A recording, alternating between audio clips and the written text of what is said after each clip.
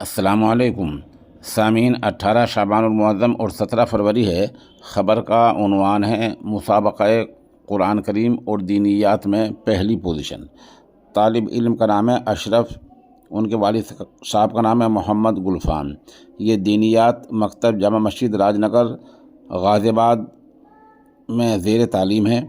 اس کے استاد کا نام ہے مفتی مہتاب عالم قاسمی بجنوری۔ یہ مسابقہ خلیفہ مجاز قاری اسلام الدین الرحمانی کی زیر نگرانی ہوا ہے، اور اس خبر کے لیے ہم وہیں سے جناب قاری محمد افتخار الحسن الرحمانی کے نہایت شکر گزار ہیں۔ متعلقہ طالب علم کی تقریر پیش خدمت ہے۔